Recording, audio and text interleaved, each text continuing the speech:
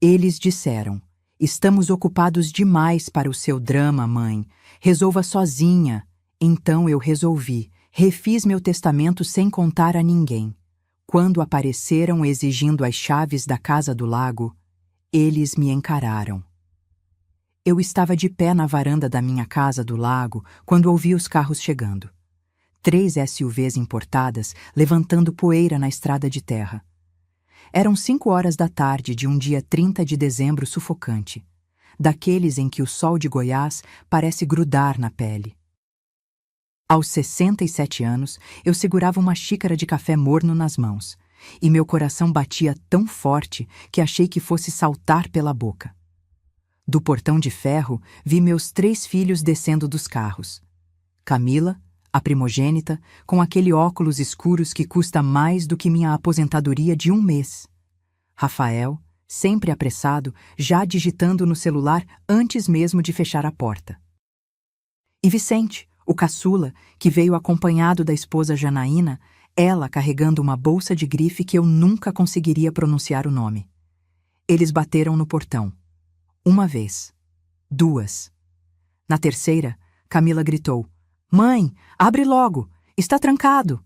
Eu não me movi. Apenas ergui a xícara até os lábios, tomei um gole e observei as expressões deles mudarem de irritação para confusão. Rafael largou o celular e apertou a campainha com força. O som ecoou pela propriedade vazia. Porque sim, a casa estava vazia. Só eu ali dentro, e eles do lado de fora. "Heloísa!" Agora era Janaína quem berrava meu nome, sem o dona, sem o respeito. "O que é isso? A gente sempre passa o Réveillon aqui. Abre essa porta." Vicente pegou o celular e me ligou. Eu vi o nome dele piscando na tela do meu telefone, apoiado na mesinha de Vime ao meu lado. Deixei tocar até cair na caixa postal. Ele discou de novo. Mesma coisa. Foi quando me aproximei do portão. Não abri. Apenas fiquei ali, a 3 metros de distância, separada deles por barras de ferro que eu mesma mandei instalar 15 anos atrás, depois que a casa foi arrombada. Ironicamente, hoje eram meus próprios filhos que eu precisava manter do lado de fora. "Vocês queriam conversar." Minha voz saiu mais firme do que eu esperava. "Então vamos conversar. Mas não sobre Réveillon. Vamos conversar sobre os últimos 8 anos da minha vida. Sobre cada vez que precisei de vocês e vocês estavam ocupados demais. Sobre o hospital vazio. Sobre o Natal em que dormi no quartinho de hóspedes da minha própria casa. Sobre tudo. O silêncio que caiu foi tão pesado que eu quase conseguia tocar. Camila tirou os óculos escuros devagar e eu vi os olhos dela. Meus olhos, os mesmos que ela herdou de mim, arregalados de choque genuíno. "Mãe, você está bem?" A voz de Rafael saiu trêmula. "O que está acontecendo?" Eu sorri. Não um sorriso feliz. Um sorriso de quem finalmente, depois de tanto tempo engolindo sapos e guardando mágoas, estava prestes a cuspir tudo para fora. "O que está acontecendo, meu filho, é que 48 horas atrás eu saí do cartório com documentos que vão mudar tudo. E vocês nem imaginam o quanto." Foi quando vi a centelha de pânico nos olhos de Camila, a forma como Rafael engoliu seco, Vicente dando um passo para trás. Eles sabiam. Não sabiam dos detalhes, mas sabiam que algo tinha mudado. E naquele momento, de pé na varanda da casa que eu construí, com o suor escorrendo pelas minhas costas e a brisa quente da tarde batendo no meu rosto, eu me senti mais livre do que nos últimos 20 anos. Porque essa história não começa aqui, nesse portão trancado. Essa história começa muito antes. No dia em que me tornei viúva, aos 39 anos, e decidi que meus filhos nunca passariam necessidade. No dia em que trabalhei até minhas mãos ficarem dormentes para pagar escola particular. No dia em que engoli meu orgulho 1000 vezes para vê-los formados, casados, bem-sucedidos. E essa história termina aqui, com eles do lado de fora e eu, finalmente, do lado de dentro da minha própria vida. Mas antes de contar o fim, Vocês precisam entender como cheguei até aqui. E, se você quer saber como uma mãe dedicada se transformou em uma mulher capaz de trancar os próprios filhos para fora, se inscreva no canal, porque essa história vai revirar cada pedaço da sua alma. 28 anos atrás, eu tinha 39 anos e acabava de enterrar meu marido. Reinaldo morreu numa terça-feira chuvosa de maio. Acidente de trabalho na obra onde ele era mestre de obras. Uma viga de ferro que se soltou. Ele nem teve tempo de sentir dor, disseram os médicos. Como se isso aliviasse alguma coisa. Como se saber que foi rápido apagasse o fato de que meus 3 filhos ficaram sem pai, da noite para o dia. Camila tinha 14 anos e chorava trancada no quarto. Rafael, com 11, fingia que estava tudo bem e se oferecia para cuidar da casa como se fosse um homenzinho. E Vicente, meu bebê de 8 anos, não entendia direito por que o pai não voltava mais. Ele ficava esperando na janela toda tarde, achando que o pai ia aparecer com aquele sorriso largo, sujo de cimento, pedindo banho. A casa cheirava a flores murchas e café requentado. Gente entrando e saindo, trazendo marmitas, sussurrando condolências que eu mal ouvia. Minha mãe, que morava em Anápolis, veio passar uns dias comigo, mas ela tinha a própria vida, os próprios problemas. No fim, eram só eu e as crianças, e R$87 mil de seguro. Parecia muito dinheiro quando o gerente do banco colocou aquele envelope na minha mão. 87 mil. Mas quando sentei na mesa da cozinha naquela noite, com as contas todas espalhadas, vi a realidade. O apartamento ainda tinha R$34 mil de dívida. A escola das crianças, mensalidades atrasadas, plano de saúde vencido. Geladeira fazendo barulho de quem ia quebrar a qualquer momento. Chorei até não ter mais lágrimas. Depois, limpei o rosto, amarrei o cabelo e tomei uma decisão. Meus filhos não iam sentir falta de nada. Nem que eu tivesse que trabalhar 24 horas por dia. Eu era contadora formada, mas tinha parado de trabalhar quando Vicente nasceu. Reinaldo ganhava bem, dizia que eu não precisava me matar em escritório. Agora, eu precisava recomeçar do zero. Mandei currículo para todo lugar. Consegui uns bicos como freelancer, fazendo contabilidade para pequenos comércios. Ganhava por empresa, não por mês. Então aceitava quantas conseguia. Trabalhava de dia na frente do computador. À noite, quando as crianças dormiam, eu fazia bolos sob encomenda. Bolo de cenoura, de chocolate, de laranja. Aprendi a fazer naked cake assistindo vídeo no YouTube na madrugada, com o volume no mínimo para não acordar ninguém. Minha rotina era acordar às 5 da manhã para adiantar trabalho. Às 6h30, acordava as crianças, fazia café da manhã, preparava marmita. Deixava todo mundo na escola, voltava para casa e mergulhava nos balancetes e planilhas até as 2 da tarde. Buscava as crianças, ajudava com lição de casa, fazia janta. 9 da noite eu estava na cozinha, misturando farinha e açúcar, assando bolos que seriam entregues no dia seguinte. Tinha dia que minha vista embaçava de cansaço. Tinha noite que eu cochilava em pé, esperando o bolo assar. Minhas mãos ficaram ásperas, cheias de pequenos cortes de faca, queimaduras de forno. Engordei 12 quilos naquele primeiro ano porque eu comia os restos dos bolos. Não tinha tempo de fazer comida de verdade para mim. Mas funcionou. Em 3 anos, quitei o apartamento. Mais 2 anos, consegui trocar a geladeira, o fogão, comprar um carro usado. Camila entrou na faculdade de administração, faculdade particular boa, mensalidade de R$1.200 na época. Eu paguei sem pestanejar. Rafael queria fazer curso de inglês? Paguei. Vicente precisava de tênis novo porque o dele estava furado? Comprava. Nunca disse não. Nunca falei que estava difícil. Eu queria que eles tivessem o que eu não tive. Tranquilidade. Segurança. A certeza de que, mesmo sem o pai, iam ter tudo. 15 anos depois de viúva, eu tinha conseguido o impossível.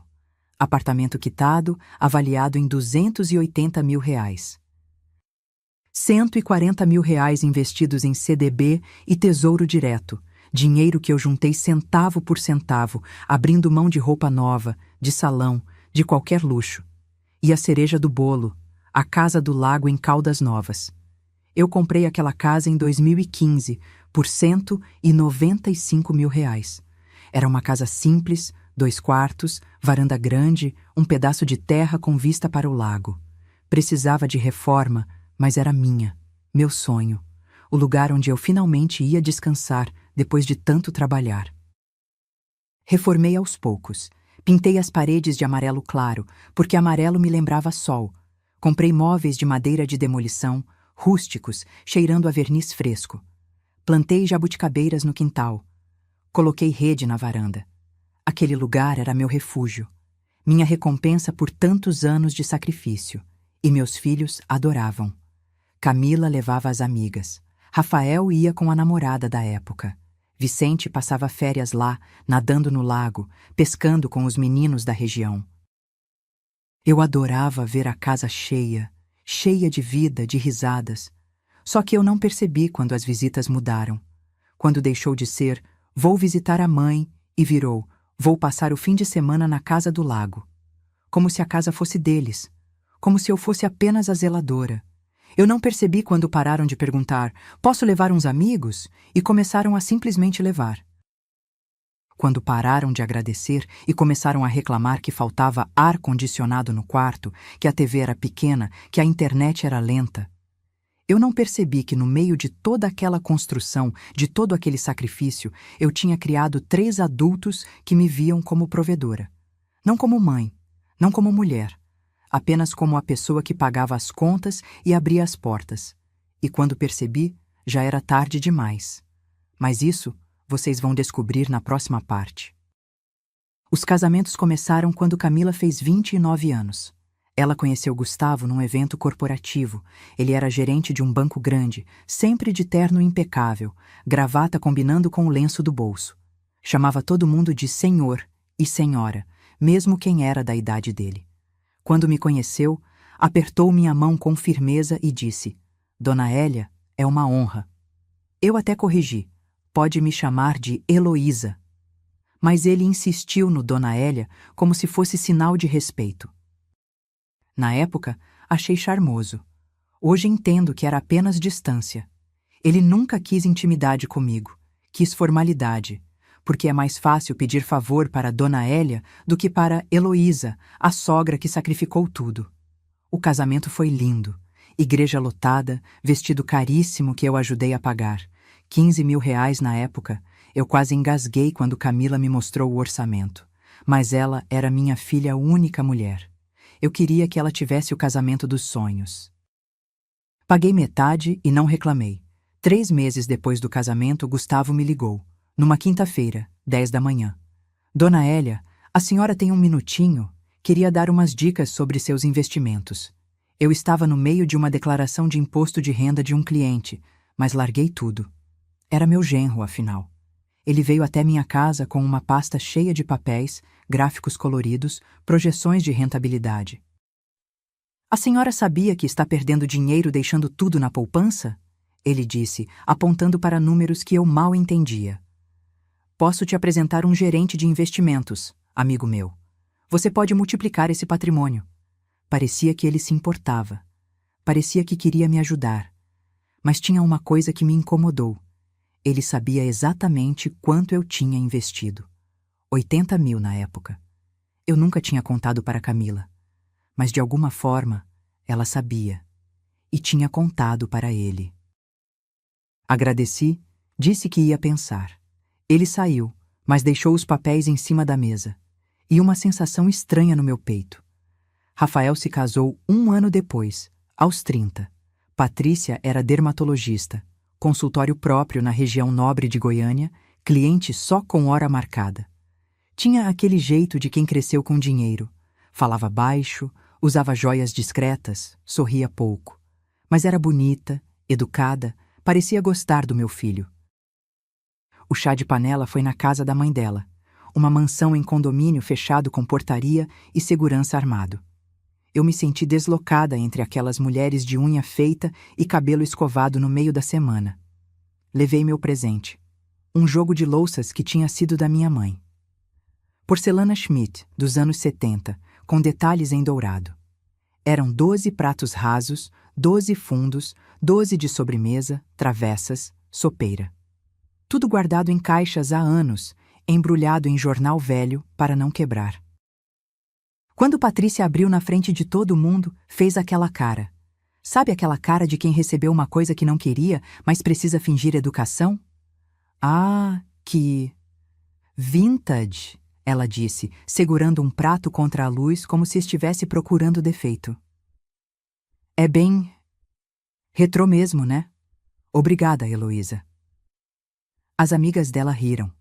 Não uma risada maldosa, mas aquela risada de... coitada, não sabia o que dar. Uma delas disse alto: Patty, você vai ter que fazer aquele armário vintage que você viu no Pinterest. Agora tem louça para combinar. Mais risadas. Eu sorri. Apertei a bolsa no colo. Não falei nada. Mas aquilo doeu. Aquelas louças tinham atravessado gerações. Minha avó tinha comido nelas. Minha mãe serviu Natal nelas. Eu cresci vendo aqueles pratos na mesa. E para Patrícia eram só coisa de velha. Rafael nem percebeu. Estava ocupado com os amigos dele no canto da sala, rindo alto, cerveja na mão. Vicente foi o último a casar. 27 anos, apaixonado, impulsivo. Janaína trabalhava com marketing digital, vivia grudada no celular, tirando foto de tudo. Comida, roupa, sapato, até o café da manhã virava conteúdo. Ela tinha quase 100 mil seguidores no Instagram. Se achava influencer. A primeira vez que ela foi na casa do lago, ficou tirando foto de cada canto. A rede na varanda, a vista do pôr do sol, as jabuticabeiras carregadas. Postou tudo, com filtro, com legenda poética sobre conexão com a natureza. No dia seguinte, durante o almoço, ela soltou: Heloísa, você já pensou em alugar essa casa? Tipo, no Airbnb? Lugares assim estão bombando. Você ganharia uns 3, 4 mil por fim de semana fácil. Está subutilizada, parada aqui só pra gente usar de vez em quando. Subutilizada. Como se meu refúgio, meu sonho, o lugar que eu comprei para ter paz, fosse apenas um ativo parado rendendo menos do que deveria. Não quero alugar, respondi tentando manter a voz calma. Essa casa é pra família, pra gente descansar. Mas a gente nem vem sempre, ela insistiu, mexendo no celular enquanto falava, nem olhando na minha cara. Sinceramente, é desperdício. Você podia estar lucrando. Vicente não disse nada. Só deu de ombros quando olhei para ele pedindo apoio. E foi nesse momento, sentada na mesa da minha casa do lago, ouvindo minha nora dizer que eu estava desperdiçando meu próprio patrimônio, que eu deveria ter entendido. Mas eu não quis ver. Porque aceitar que meus filhos tinham se tornado pessoas interesseiras, calculistas, que me viam como investimento e não como mãe, era doloroso demais. Então, eu engoli. De novo. Como sempre. E as visitas foram ficando cada vez mais raras, só apareciam quando precisavam de alguma coisa. Ou quando queriam usar a casa do lago de graça. Mas o pior ainda estava por vir. 2 anos atrás, numa manhã de agosto, acordei com a metade do rosto dormente. Eu estava sozinha no apartamento. Tinha acabado de fazer 65 anos na semana anterior. Aniversário que passei com um bolo comprado na padaria e uma mensagem de parabéns no grupo da família que ninguém respondeu, além de emojis de coração. Levantei da cama às 7, como sempre, e quando fui escovar os dentes, percebi que minha boca estava torta. O lado esquerdo não obedecia. A escova caiu no chão. Tentei falar, socorro, e saiu uma coisa arrastada, estranha, que nem parecia minha voz. Meu braço esquerdo pesava como chumbo. O pânico veio primeiro. Depois veio a clareza. Eu estava tendo um AVC. Consegui pegar o celular com a mão direita. Trêmula, disquei para Camila. Tocou 4 vezes antes dela atender. Mãe, é cedo, o que foi? A voz dela soou irritada, sonolenta. Filha, hospital! Consegui dizer cada palavra um esforço sobre-humano. Mãe, não estou entendendo nada. Você está bêbada? Bêbada. Minha filha achou que eu, que nunca bebi além de uma taça de vinho em Natal, estava bêbada às 7 da manhã de uma terça-feira. Socorro! Mãe, olha, eu tenho uma reunião super importante às 8h30. É urgente mesmo? Não pode esperar até a tarde? Ou ligar para alguém? Ligar para alguém. Desliguei. Ou melhor, o celular escorregou da minha mão e caiu no chão. Tentei ligar para Rafael. O telefone chamou e caiu na caixa postal. Tentei de novo. Mesma coisa. Vicente, nem isso. Foi direto para o número que você ligou está desligado ou fora da área de cobertura. Fiquei ali, sentada no chão frio do banheiro, sentindo meu corpo desligando aos poucos, e pensei: vou morrer sozinha. Vou morrer aqui, e ninguém vai nem perceber até começar a feder. Foi quando ouvi a campainha. 3 toques insistentes. Era Dona Alzira, minha vizinha do 302, 72 anos, viúva igual a mim, aposentada do INSS. A gente se cruzava no elevador, trocava receita de bolo, às vezes tomava café junto no fim da tarde. Ela tinha visto minha porta entreaberta. Eu tinha conseguido abrir quando tentei sair, mas não tive força para continuar. Heloísa, meu Deus do céu, o que aconteceu? Ela entrou, me viu no chão, não perdeu tempo. Ligou para o SAMU, desceu comigo no elevador segurando minha mão, a única que ainda funcionava. Entrou na ambulância junto. No hospital, ficou na recepção enchendo o formulário, dando meus dados que ela sabia de cor porque a gente já tinha ido junto fazer mamografia na campanha da prefeitura. Eu fui direto para a emergência. Aplicaram trombolítico, me levaram para a tomografia, ficaram me monitorando. O médico disse que eu tinha tido sorte, que tinha chegado dentro da janela de tempo, que os danos iam ser mínimos se eu fizesse fisioterapia direitinho. Sorte. Dona Alzira dormiu na cadeira de plástico ao meu lado. Quando acordei, quase meia-noite, ela estava lá, roncando baixinho, a bolsa no colo. 4 horas depois que liguei para Camila, ela retornou. Mãe, desculpa, estava numa reunião trancada, não podia atender. O que foi? Você ligou cedíssimo. Tentei falar, mas a emoção fechou minha garganta. Foi Dona Alzira quem pegou meu celular e atendeu. Aqui é a Alzira, vizinha da sua mãe. Ela teve um AVC hoje de manhã. Está internada no Hospital Samaritano. Chegou aqui às 8h15. Silêncio do outro lado. Depois, como assim AVC? Mas ela tá bem? Tipo, não vai morrer, né? Não vai morrer, né? Como se isso fosse a única coisa que importasse. Não, estou indo para aí. Não, meu Deus, minha mãe. Só, não vai morrer, né? Camila apareceu no dia seguinte. 10 da manhã, de salto alto e blazer, vindo direto do trabalho. Trouxe um buquê de flores embrulhado em celofane de supermercado, daqueles prontos que custam R$19,90. Mãe, que susto! Mas graças a Deus você está bem, né? Ela beijou minha testa rapidinho, já olhando para o relógio. Você vai ter alta quando? Amanhã, provavelmente. Ah, ótimo. Porque sexta eu viajo para São Paulo, workshop de liderança. Não posso remarcar. Mas assim, você vai ficar bem, né? Pode se virar sozinha em casa? Rafael chegou de tarde, trazendo uma revista velha que pegou na recepção. Mãe, e aí? Os médicos falaram alguma coisa? Tipo, quanto vai custar isso tudo? Porque o plano cobre, né? Quanto vai custar? Essa foi a preocupação dele. Não como eu estava me sentindo. Não se eu tinha ficado com sequelas. Quanto ia custar? Consegui dizer. Ah, ainda bem, porque particular aqui é os olhos da cara. Um amigo meu ficou 3 dias internado e pagou 20 mil. Imagina. Vicente nem apareceu. Janaína mandou mensagem. Oi, Meloísa. O Vicente tá numa apresentação super importante pro trabalho. Não pode sair. Melhoras aí? Beijo. Beijo. Por mensagem. Pra mãe que tinha acabado de ter um AVC. Recebi alta na quinta-feira. Dona Alzira foi me buscar. Me ajudou a subir no apartamento, fez comida, deixou marmitas na geladeira para a semana toda. Ficou comigo até eu dormir.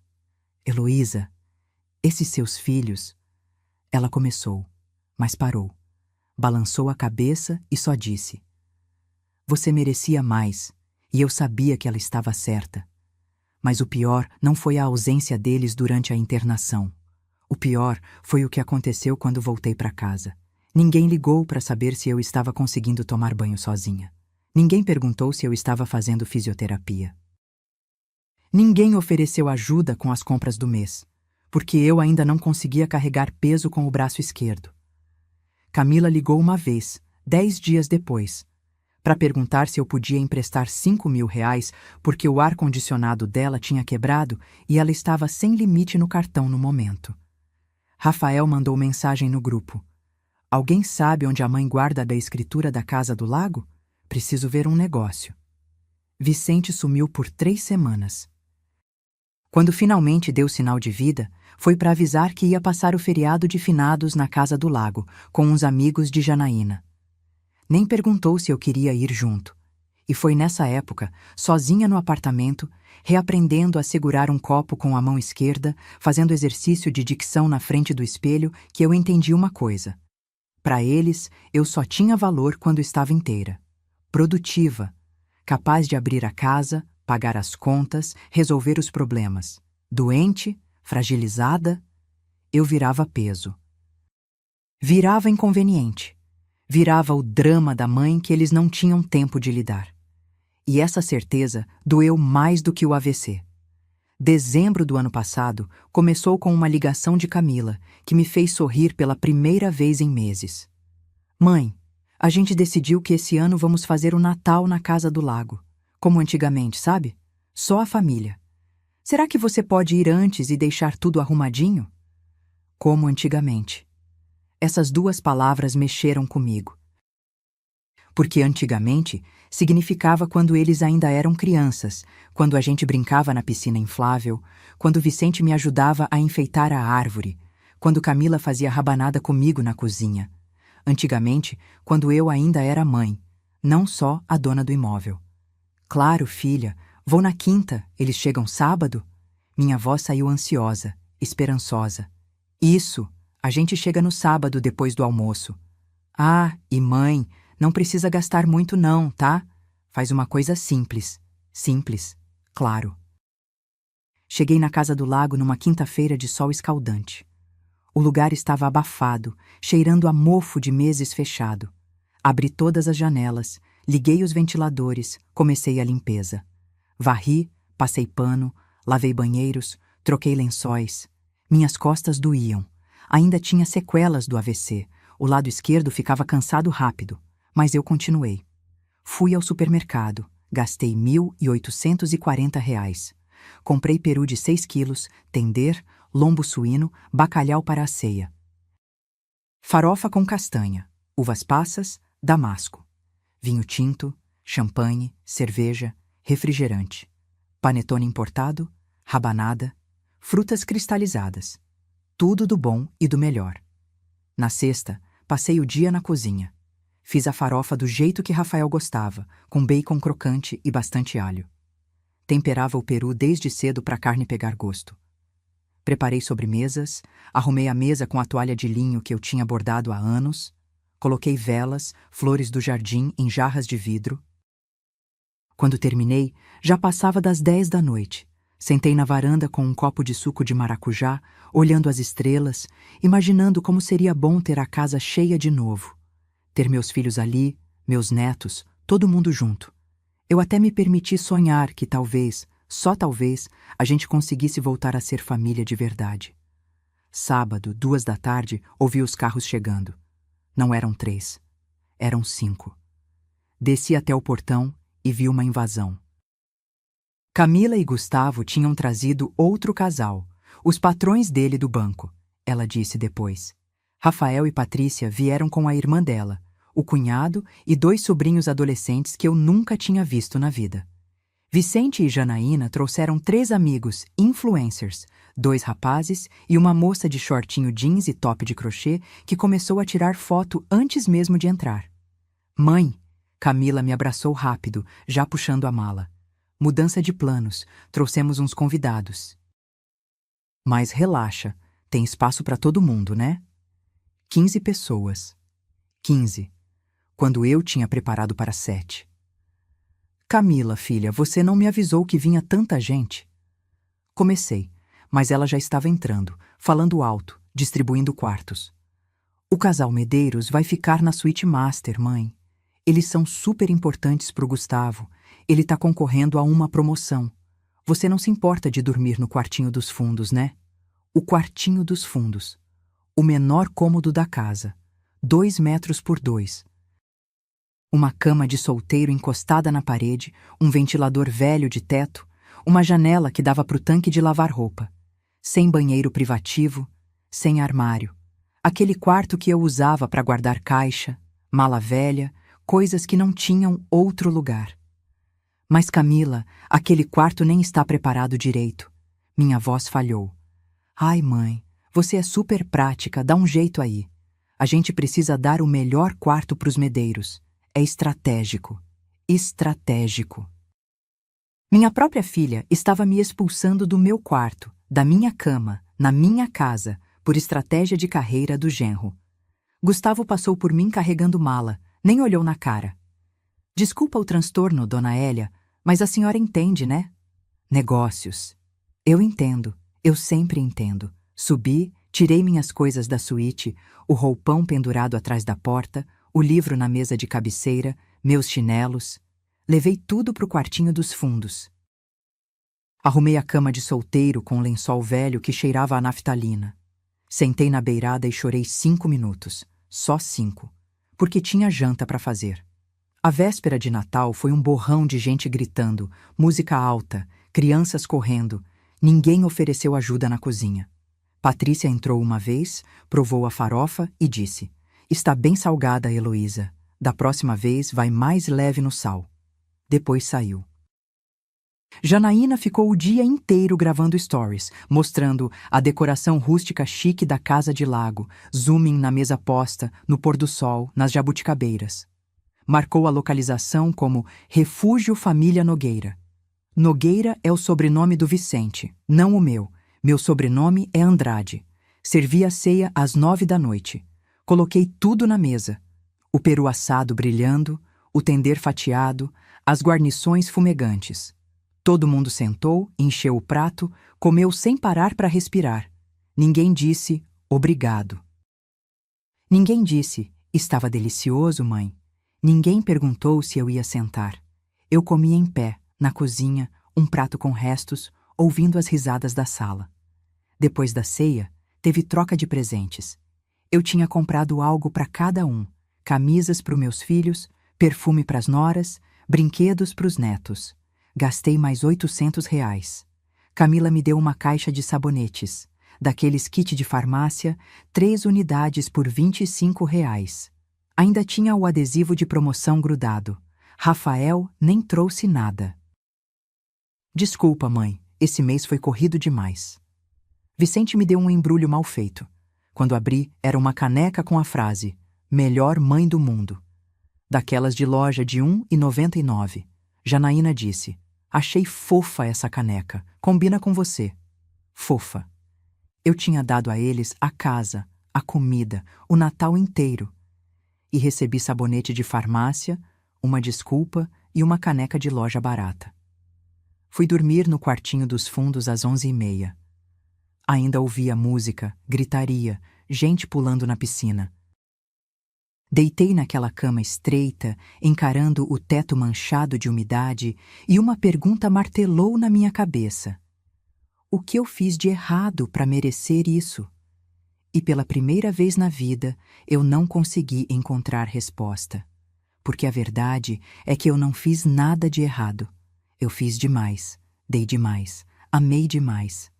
E eles aprenderam que eu ia sempre estar ali, sempre disponível, sempre engolindo qualquer desrespeito. Mas tinha uma coisa que eles não sabiam. Até as pessoas mais pacientes do mundo têm um limite. E o meu estava muito, muito perto. Acordei às 6 da manhã do dia 26 com o corpo doendo. Mal tinha dormido naquela cama estreita, o colchão afundava no meio, e eu ficava escutando gente conversando até de madrugada. Levantei, calcei os chinelos e desci para a cozinha. O que vi me fez parar na porta. Parecia que tinha passado um furacão. A pia cheia de louça empilhada, restos de comida grudados nos pratos. Garrafas de vinho vazias tombadas no balcão. Uma delas tinha escorrido e feito uma poça roxa pegajosa no chão. Copos sujos espalhados por toda parte, na mesa, no sofá, até em cima da geladeira.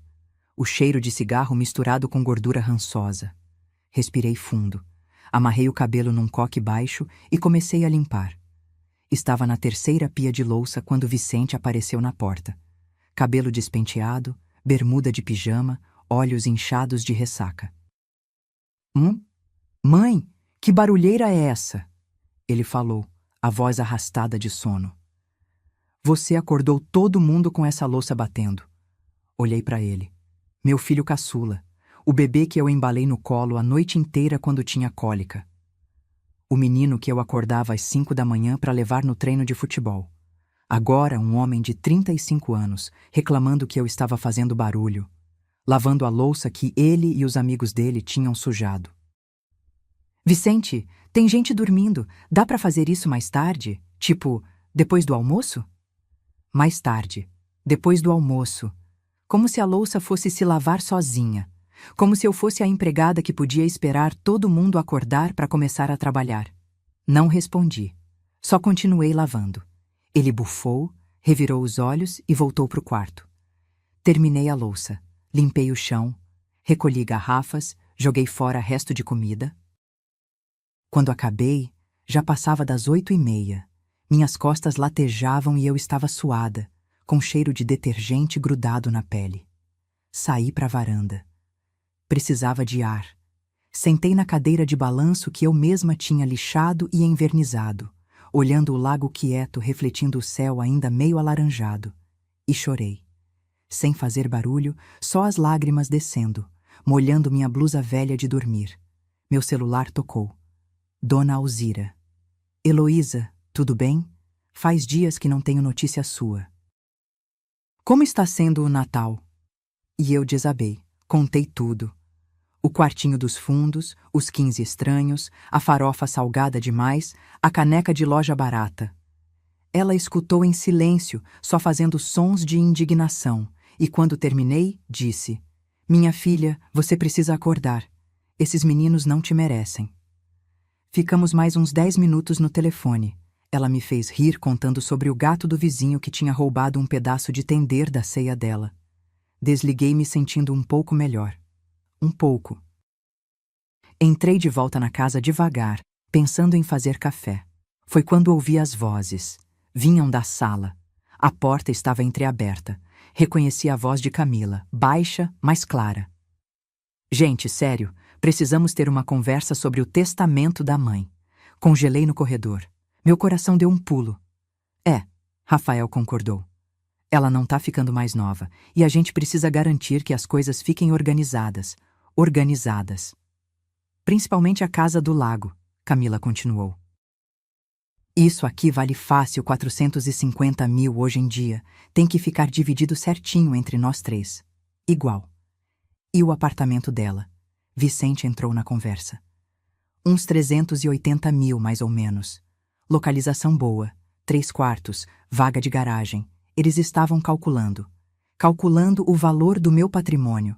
Enquanto eu ainda estava viva, respirando, a 40 metros deles. Sem contar os investimentos, Rafael disse. Eu dei uma olhada outro dia quando ela deixou o extrato em cima da mesa.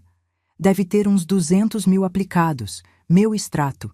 Ele tinha xeretado meus documentos particulares. Vocês acham que ela já fez testamento? A voz de Camila soou preocupada. Não sei. Gustavo, meu genro, entrou na conversa. Mas olha, vocês deviam conversar com ela sobre fazer uma doação em vida. Economia absurda de imposto. ITCMD em Goiás é 4%. Se ela doar agora, vocês escapam disso. Verdade, Patrícia concordou. E tem outra questão. Vocês precisam garantir que o testamento esteja certo. Porque se ela arrumar um namoradinho, casa de novo, aí complica tudo. Metade vai pro cônjuge. Namoradinho. falando da minha vida amorosa, que nem existia, como se fosse um risco financeiro. Pois é, Camila suspirou. A gente precisa ter essa conversa delicada. Tipo, mãe, você já pensou em organizar sua sucessão? Sucessão, como se eu fosse uma empresa. Uma propriedade a ser liquidada. O ideal era ela transferir essa casa logo, Vicente disse. Botar no nome de um de nós ou abrir uma holding familiar. A Janaína conhece um contador que faz isso. Mas ela vai topar? Rafael duvidou. Você conhece a mãe. Ela é apegada a essas coisas. Apegada? Como se meu apego à casa que eu comprei, que eu reformei, que eu paguei com o suor do meu trabalho, fosse algo ridículo. A gente convence, Camila disse decidida. Mostra que é pro bem dela também. Proteção patrimonial, essas coisas. Ela confia na gente. Ela confia na gente. Minhas pernas começaram a tremer. Encostei na parede do corredor, a mão tapando a boca para não sair som nenhum. Porque se eu abrisse a boca naquele momento, ia sair um grito de dor tão profundo que ia rasgar o céu. Eles não estavam preocupados comigo. Não ligaram quando tive um AVC porque estavam preocupados com a minha saúde. Ligaram porque uma mãe morta vale herança. Uma mãe viva com sequelas só dá trabalho. Vinham passar Natal na Casa do Lago não por saudade, não por amor. Vinham fazer inventário emocional, avaliar os bens, planejar a divisão. Eu era gado. Gado velho que um dia ia morrer e virar churrasco para eles. Subi as escadas, entrei no quartinho dos fundos, sentei na cama. E uma coisa quebrou dentro de mim. Não foi raiva, ainda não. Foi uma clareza gelada, cristalina. Passei 28 anos sendo mãe. 28 anos me anulando, trabalhando, pagando, sacrificando, dando tudo de mim. E criei 3 adultos que só sabiam o valor das coisas que eu tinha. Nunca o valor do que eu era. Peguei o celular. Procurei o número do Dr. Maurício, advogado que tinha feito a escritura da Casa do Lago anos atrás. Um homem sério, discreto, que atendia cliente havia mais de 20 anos. Escrevi. Dr. Maurício, preciso marcar uma consulta urgente. Vou refazer meu testamento. Quanto antes, melhor. Ele respondeu em 5 minutos. Segunda-feira, 9 horas, meu escritório. Confirmei. E ali, sentada naquela cama de solteiro, ouvindo meus filhos lá embaixo rindo de algo na televisão, eu tomei a decisão mais importante da minha vida. Eles queriam minha herança? Iam ter. Mas não do jeito que imaginavam. Não consegui ficar calada. Desci as escadas com as pernas bambas, o sangue fervendo nas veias. Eles estavam todos sentados na sala. Meus 3 filhos, os genros, as noras, espalhados pelo sofá e poltronas, alguns com café na mão, outros mexendo no celular. A televisão tocava baixinho algum programa de auditório. Parei na entrada da sala. Eles nem perceberam minha presença no começo. Vocês estavam planejando meu inventário? Minha voz saiu rouca, mas firme. Enquanto eu ainda respiro? O silêncio caiu como uma bomba. Todos viraram ao mesmo tempo. Camila largou a xícara de café no pires com um barulho seco. Mãe, o que você... Eu ouvi. Dessa vez saiu alto, ecoando pelas paredes.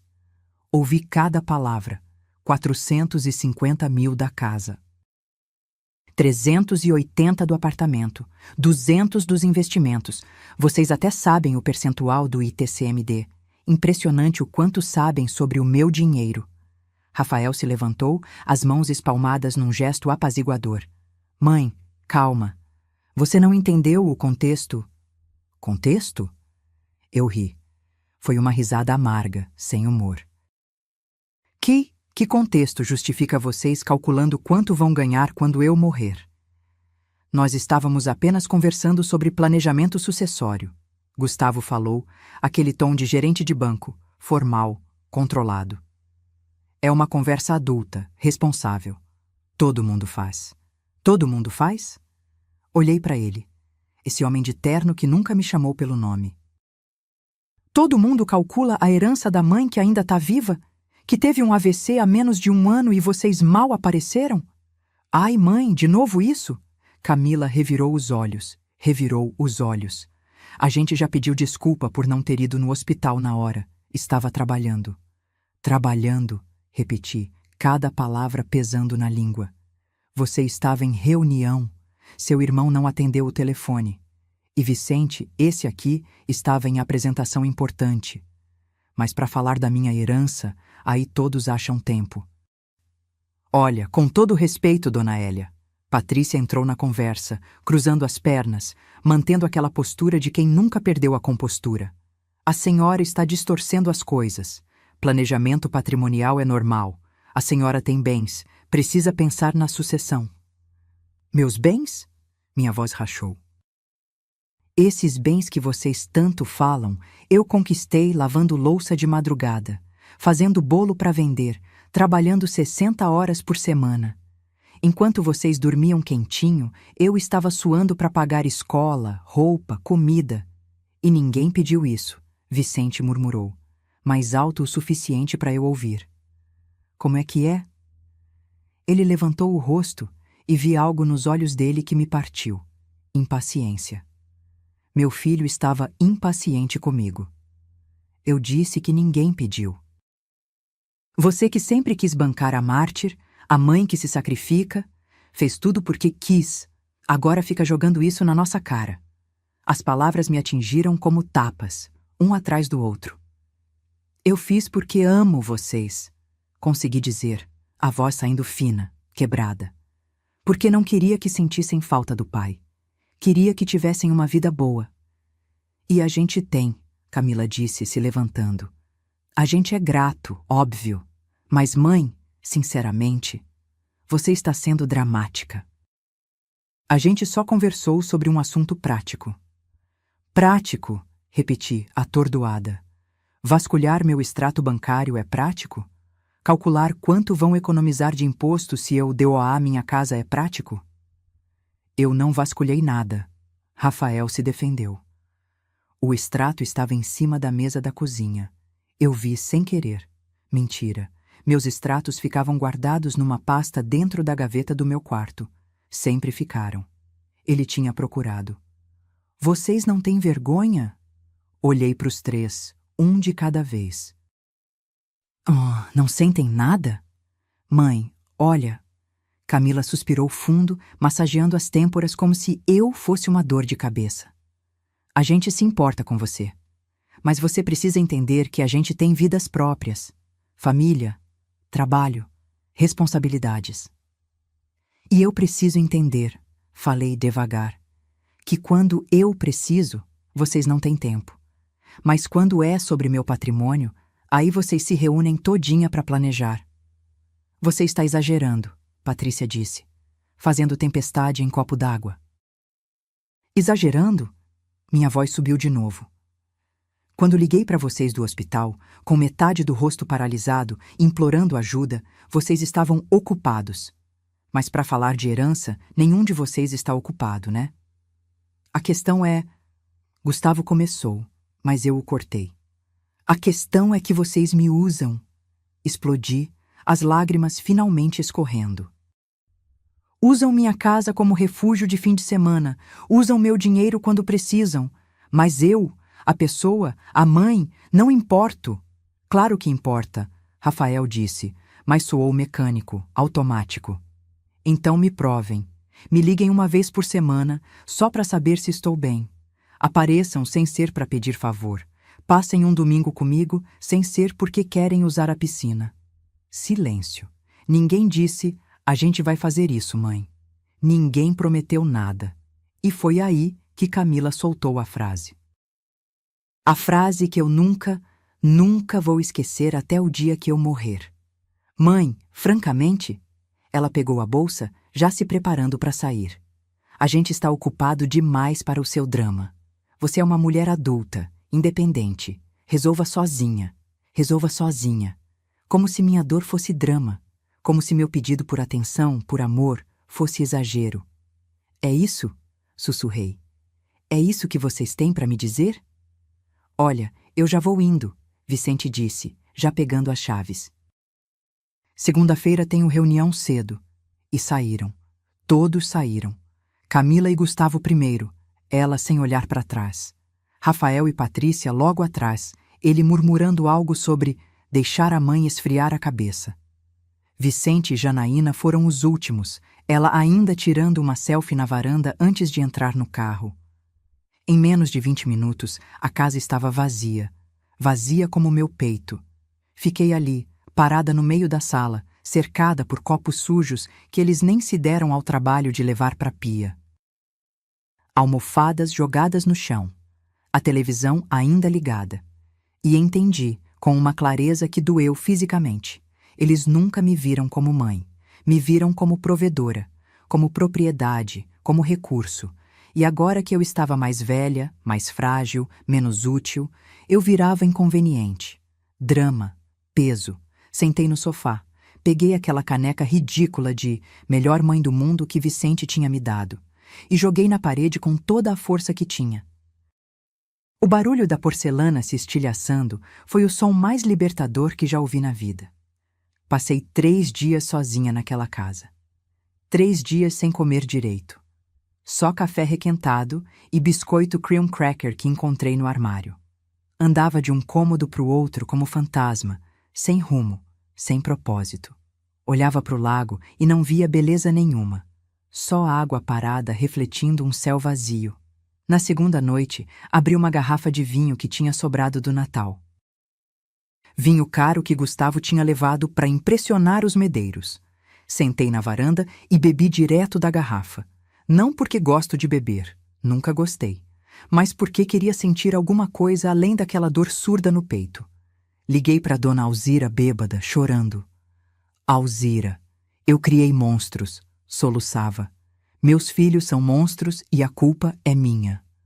A culpa não é sua, Heloísa, ela disse, firme. Você deu amor.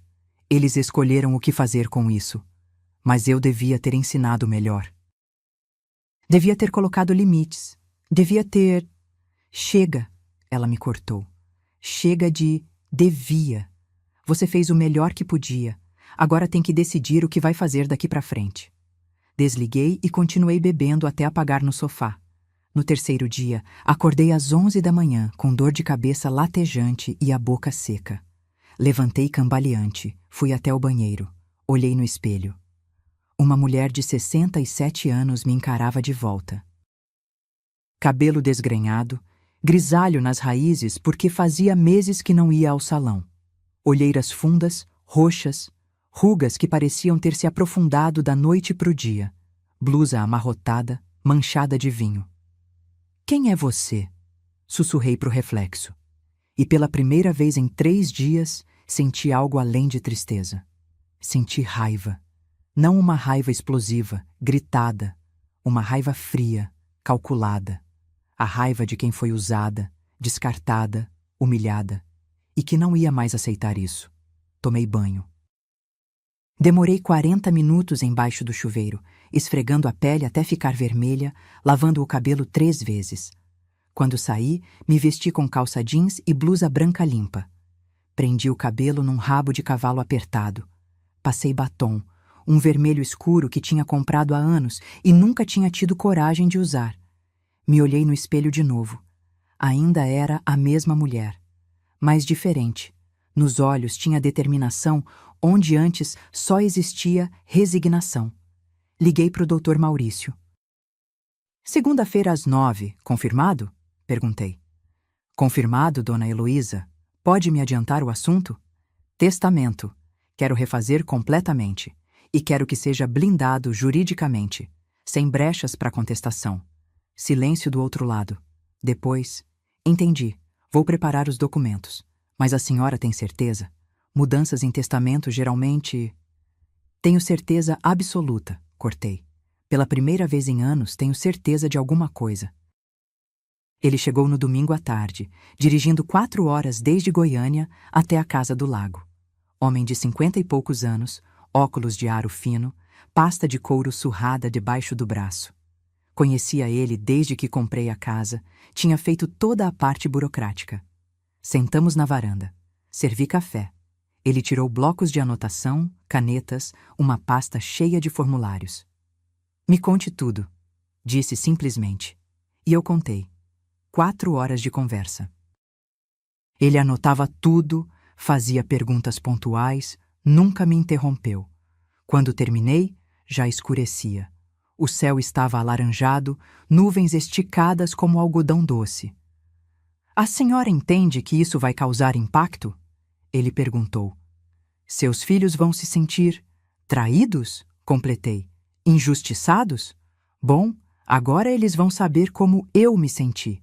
Ele assentiu devagar. Tudo bem, então vamos fazer o seguinte. E começou a explicar minhas opções. Descobri que eu tinha poder, mais poder do que imaginava. Aquele patrimônio era meu, conquistado com meu trabalho, e eu podia fazer o que quisesse com ele. Podia doar tudo para a caridade, podia vender e viajar o mundo, podia deixar para quem eu decidisse. A lei brasileira garantia que os filhos tinham direito a 50% da herança, a legítima. Mas os outros 50%? Esses eram totalmente meus. E mesmo dentro da legítima, eu podia especificar como seria dividido. Então é isso, disse, depois de muito pensar.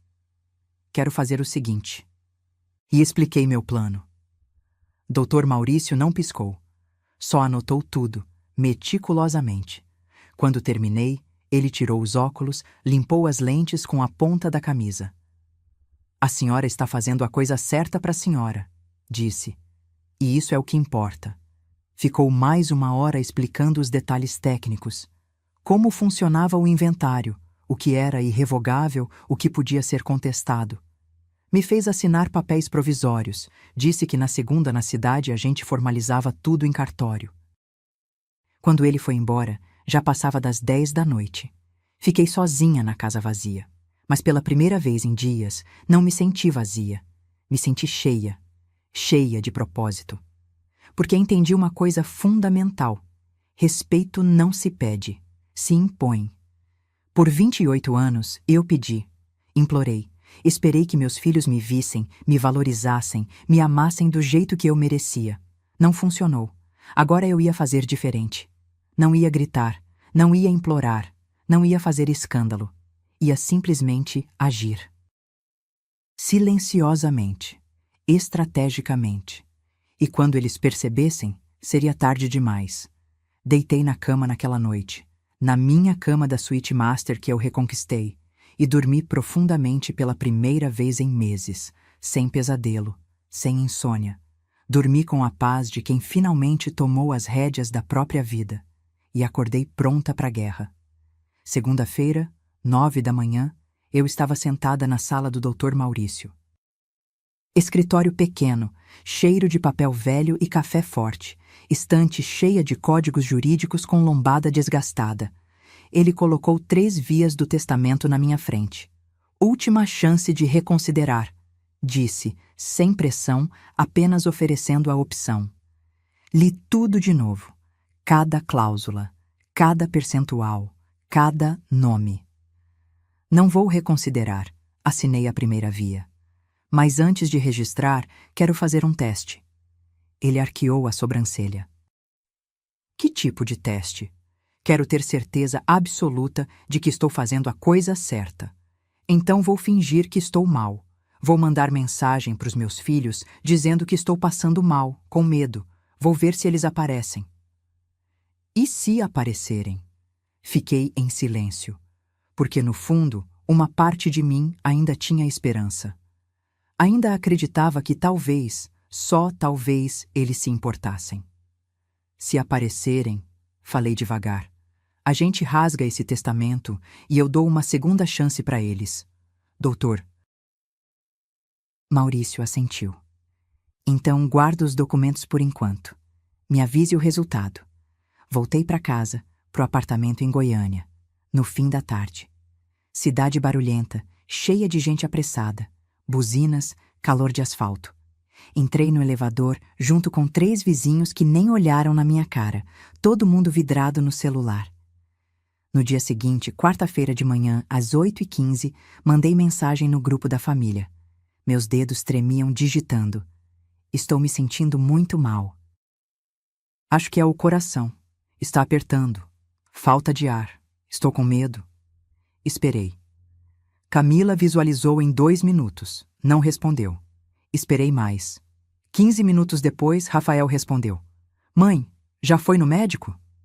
Não consigo dirigir. Estou tonta demais. Chama um Uber até o pronto-socorro. Sai uns 25, 30 reais daqui até o Samaritano.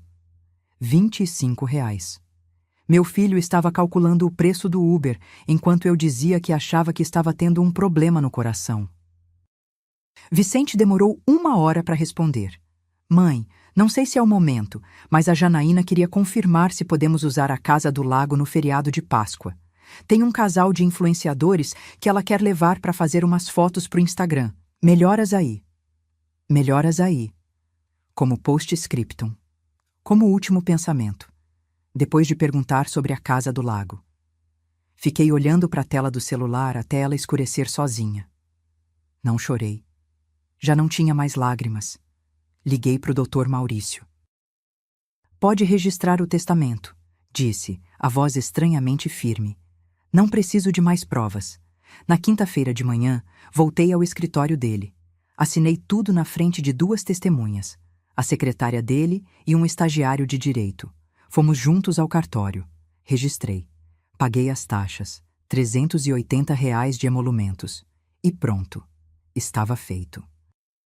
O testamento de Heloísa Andrade, viúva, 67 anos, contadora aposentada, dizia o seguinte: 40% do patrimônio total seria destinado a instituições de caridade.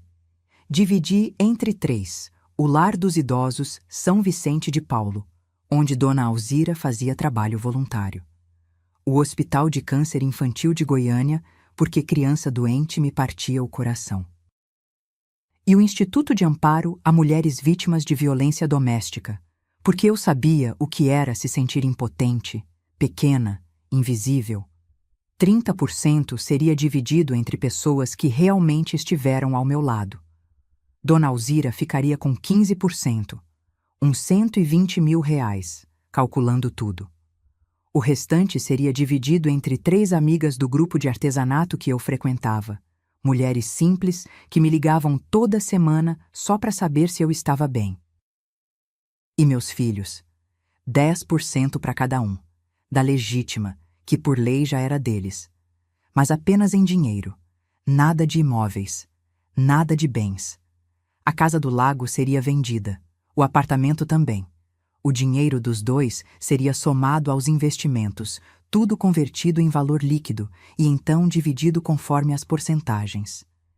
Cada filho receberia aproximadamente R$ 70 mil. Não era pouco. Mas também não era o suficiente para viver de renda.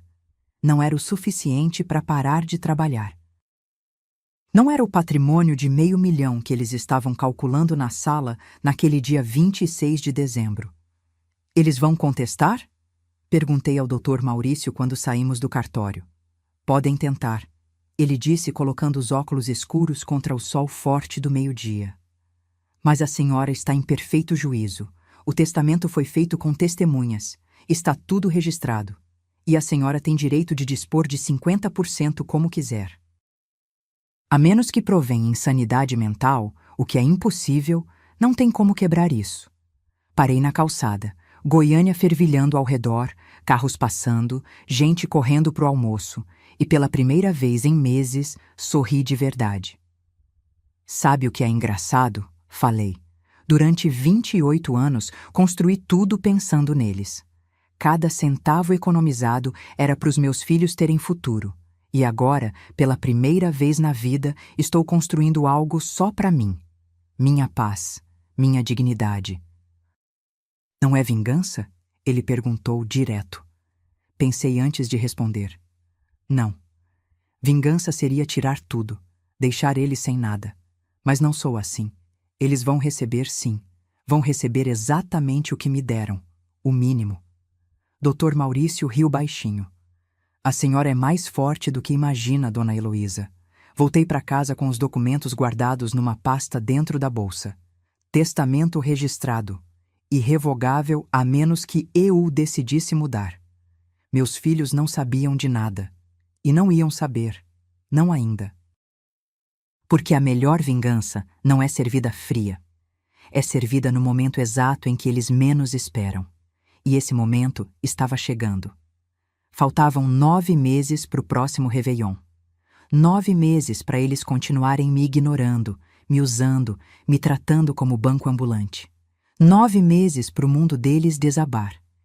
E eu ia estar lá, na primeira fila, assistindo.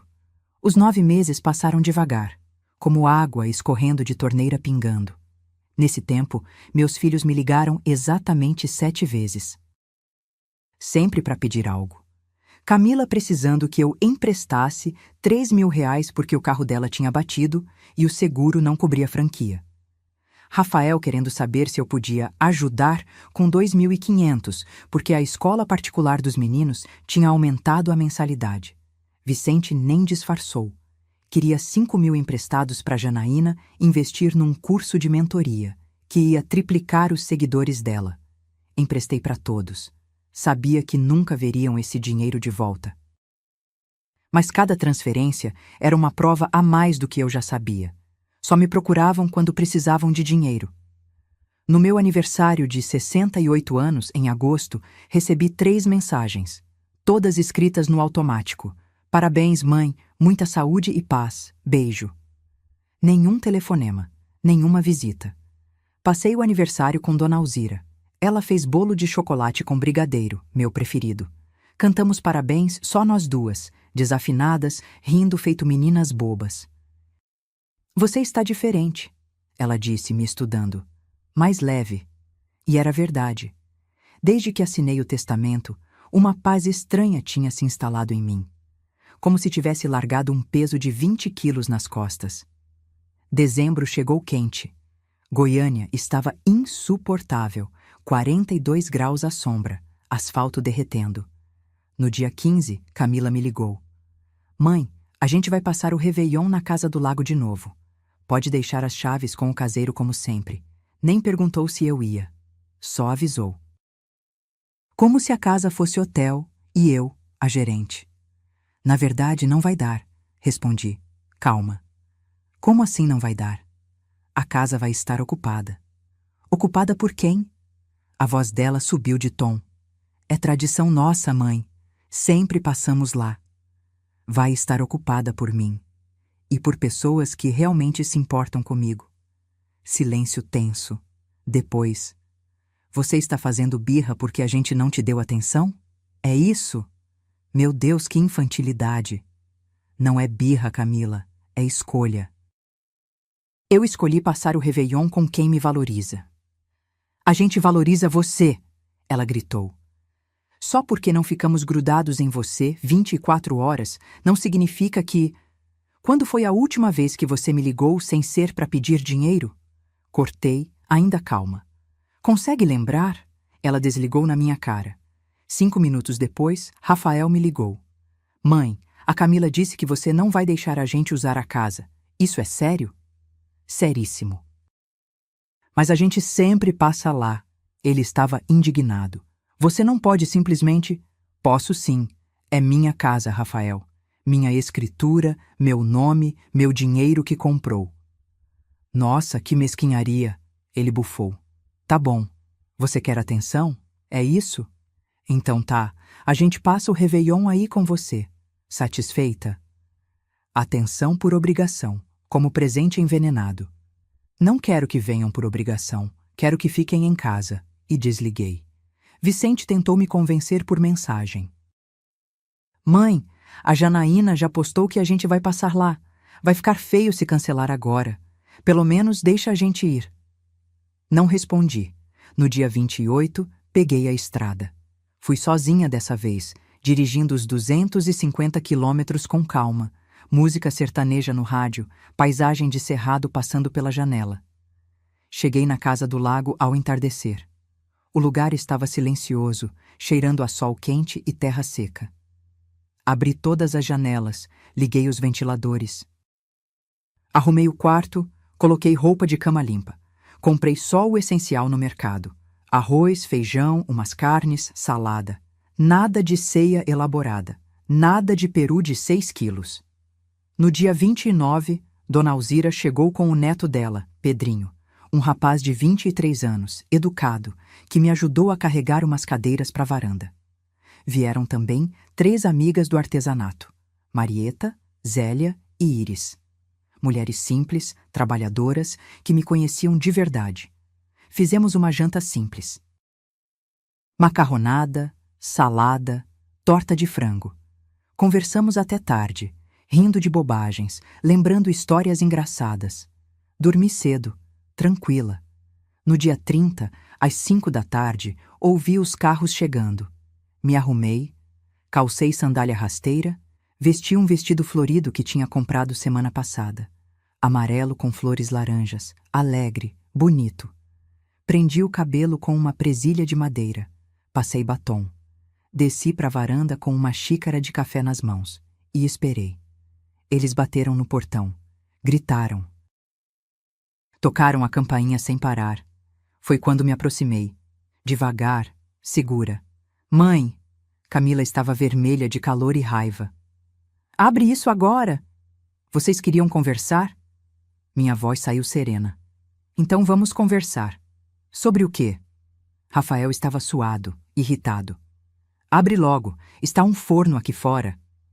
Vamos conversar sobre respeito, sobre os últimos 8 anos, sobre cada vez que precisei de vocês e vocês estavam ocupados, sobre o AVC que vocês mal ligaram, sobre o Natal que dormi no quartinho de hóspedes da minha própria casa, sobre vocês planejando meu inventário enquanto eu ainda respiro. O silêncio foi absoluto. Até o vento pareceu parar. Você ouviu aquilo? Camila ficou pálida. Cada palavra. 450 mil da casa, 380 do apartamento, 200 dos investimentos. Impressionante a memória de vocês para números do meu patrimônio. Mãe, a gente pode explicar. Rafael começou. Não precisa. Levantei a mão, porque eu também fiz meus planos. Tirei um envelope da bolsa. Abri devagar. Mostrei o documento pela janela da varanda, longe o suficiente para não conseguirem pegar, perto o suficiente para lerem o título. Testamento. 48 horas depois daquele Natal, eu saí do cartório com isso aqui. Testamento novo, registrado, irrevogável. O que você fez? A voz de Camila saiu fina, assustada. O que vocês me ensinaram a fazer? Resolvi sozinha. 40% vai para caridade, 30% para quem realmente esteve ao meu lado. E vocês? 10% cada um, em dinheiro. Nada de casas, nada de imóveis. Uns 70 mil reais para cada um, mais ou menos. O suficiente para saber que não esqueci de vocês, mas longe, muito longe dos 500 mil que vocês estavam calculando.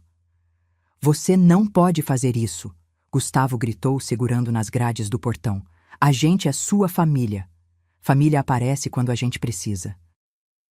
Família liga para saber se está tudo bem. Família não calcula a herança enquanto a mãe ainda está viva. Mãe, por favor. Vicente estava chorando. A gente errou, tá? Mas não faz isso. Somos seus filhos. Eu sei, e pela primeira vez, minha voz rachou. Sei que são meus filhos. Eu gerei vocês, criei, amei mais que tudo. Mas vocês me transformaram em banco, em propriedade, em inconveniente. E eu não aceito mais isso. A gente vai mudar, Rafael implorava. Juro, mãe, a gente vai ser melhor. Talvez vocês sejam. Mas isso aqui, apontei para o documento, já está feito. E vai continuar assim. Não é vingança, é consequência. Vocês me ensinaram que amor tem prazo de validade e vem com juros. Eu só aprendi a lição. Entrei na casa, fechei a janela, tranquei a porta. Do lado de fora, ouvi soluços, gritos abafados. O som de carros dando partida, rodas levantando poeira. E silêncio. Voltei para a varanda dos fundos, onde meus amigos de verdade me esperavam. Dona Alzira me abraçou sem dizer nada. Naquela noite, Contagem regressiva para meia-noite, ergui minha taça de champanhe barata e brinquei com as pessoas que realmente me amavam. E pela primeira vez em anos, o Réveillon teve gosto de recomeço. Um ano se passou desde aquele Réveillon. Hoje tenho 68 anos. Cabelo grisalho que não escondo mais, cortado num curto moderno que Dona Alzira disse que me deixou 10 anos mais jovem. Emagreci 7 quilos, não de tristeza, mas porque comecei a caminhar toda manhã na praça cívica com o grupo da terceira idade. Aprendi crochê. Estou lendo os livros que sempre quis ler, mas nunca tive tempo. E pela primeira vez em quase 3 décadas, estou em paz. Os primeiros meses depois daquele dia foram difíceis. Camila tentou me processar, contratou advogado, entrou com pedido de interdição alegando que eu estava senil, incapaz de tomar decisões. A juíza pediu avaliação psiquiátrica. Passei 3 horas conversando com uma psicóloga que no final escreveu no laudo: paciente lúcida, orientada em tempo e espaço, com plena capacidade de discernimento. Não apresenta sinais de demência ou comprometimento cognitivo. O processo foi arquivado. Camila gastou R$12.000 de advogado para nada. Rafael tentou o caminho da chantagem emocional. Ligava chorando, dizendo que os filhos dele perguntavam por mim, que era injusto privar os netos da avó. Mandava fotos das crianças com mensagens. Eles sentem sua falta. Tentei explicar que os netos podiam me ver sempre que quisessem, só não na casa do lago que ele tanto cobiçava. Ele parou de insistir depois de 3 meses. Vicente foi o único que apareceu pessoalmente. Bateu na minha porta numa terça-feira de março, sozinho, sem Janaína. Estava com o rosto inchado de quem tinha chorado muito. Quando abri, ele desabou. Mãe, eu estraguei tudo, soluçou ali mesmo no batente da porta. Eu não percebi, juro que não percebi o quanto fui ausente. Deixei ele entrar. Preparei café. Sentamos na sala e ele falou por 2 horas. Contou que tinha brigado com Janaína porque ela disse que não valia a pena fazer as pazes comigo, já que eu não ia deixar nada mesmo. Contou que estava fazendo terapia, que tinha entendido finalmente que cresceu, achando que amor era automático, garantido, que eu sempre ia estar ali, não importava o quanto ele me ignorasse. Você pode me perdoar? Perguntou segurando minha mão. Olhei nos olhos dele. Meu bebê. O menino que esperava o pai na janela. Agora um homem de 36 anos aprendendo, tarde demais, o valor da presença. Vicente, eu já te perdoei, disse. Mas perdão não significa esquecer. E não significa que as coisas vão voltar a ser como antes. O testamento continua igual. Cortei, firme. Isso não é sobre dinheiro, filho. É sobre você aprender que respeito não tem preço. Que presença não se compra. Que quando eu morrer, você não vai herdar casas. Vai herdar a lembrança de como me tratou. E essa lembrança vai pesar na consciência de vocês pro resto da vida. Ele chorou mais um pouco, mas assentiu. Posso tentar reconquistar você? Não pela herança, por você. Pode. Segurei o rosto dele com as 2 mãos. Mas vai ser no meu tempo, no meu ritmo, sem pressão, sem expectativa. E ele tem tentado. Liga toda semana, não para pedir nada, só para conversar. Aparece de 15 em 15 dias para almoçar comigo, sem Janaína, sozinho, trazendo pão de queijo da padaria que eu gosto. Ainda não é perfeito. Às vezes ele desliza, fala algo que mostra que ainda não entendeu completamente, mas está tentando. E eu reconheço o esforço. Camila não fala comigo. Mandou uma mensagem em maio. Quando você morrer, espero que sinta na consciência o mal que fez para essa família. Não respondi, porque não há resposta para quem não quer ouvir. Rafael está no meio termo. Não liga, não aparece, mas também não me bloqueou. Manda mensagem de Feliz Páscoa e Feliz Dia das Mães. Mensagens vazias, protocolares. Acho que ele ainda espera que eu mude de ideia. Não vou mudar. Os netos eu vejo uma vez por mês. Marquei uma tarde específica, segunda a sábado de cada mês, 2 às 5 da tarde, no shopping. Tomo sorvete com eles, levo pro cinema, compro presente pequeno, eles não sabem de nada. Não sabem de testamento, de briga, de mágoa. Para eles, sou só a avó Hélia que aparece uma vez por mês e enche eles de carinho. E está bom assim, porque neto não é arma. Neto é criança inocente que não tem culpa das escolhas dos pais. A casa do lago continua minha. Vou lá um fim de semana por mês. Às vezes sozinha, às vezes com Dona Alzira e as meninas do artesanato. No último aniversário, fiz 69 anos lá, com 20 pessoas que eu amo de verdade. Teve bolo, churrasco, piscina, risadas até de madrugada. Ninguém reclamou da comida, ninguém me expulsou do meu quarto, ninguém calculou quanto aquilo valia. O apartamento continuo morando, mas já conversei com o Dr. Maurício sobre vender e comprar algo menor, mais prático. Não preciso de 3 quartos só para mim, e o dinheiro da venda vai aumentar o patrimônio que será dividido conforme meu testamento. Penso na morte às vezes. Não com medo, com curiosidade. Quando ela chegar, vou partir sabendo que fiz o certo, que não morri sendo capacho. Que recuperei minha dignidade, e meus filhos vão receber os 70 mil reais cada um. Vão ler o testamento completo e entender que eu não os esqueci, apenas os coloquei no lugar proporcional ao amor que me deram. 40% vai alimentar idosos abandonados, crianças doentes, mulheres machucadas. Vai ser amor transformado em ação. 30% vai premiar quem esteve presente. Dona Alzira vai poder reformar o apartamento dela, viajar para conhecer a filha que mora em Portugal. As meninas do artesanato vão ter uma surpresa que vai mudar as vidas delas. E os 10% de cada filho? É o suficiente para eles saberem. Sua mãe não esqueceu de você. Apenas te deu exatamente o que você merecia. Hoje, sentada na varanda do meu apartamento, tomando café e vendo Goiânia acordar, entendo uma coisa que demorei 68 anos para aprender. Amor não é sacrifício infinito. Amor é troca, é reciprocidade, é presença. Eu amei meus filhos do jeito errado. Amei sem cobrar nada, sem esperar nada.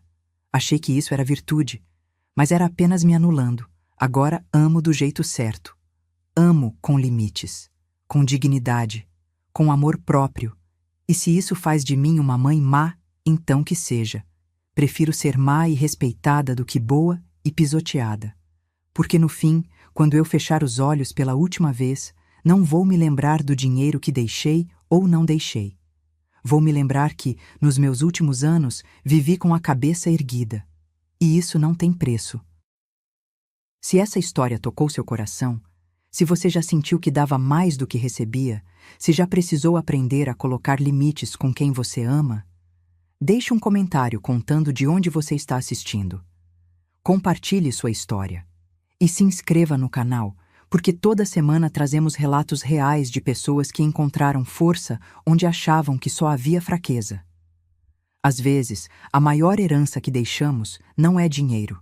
É o exemplo de que nunca é tarde para recuperar sua dignidade. Até a próxima história. E lembre-se, você merece respeito, sempre.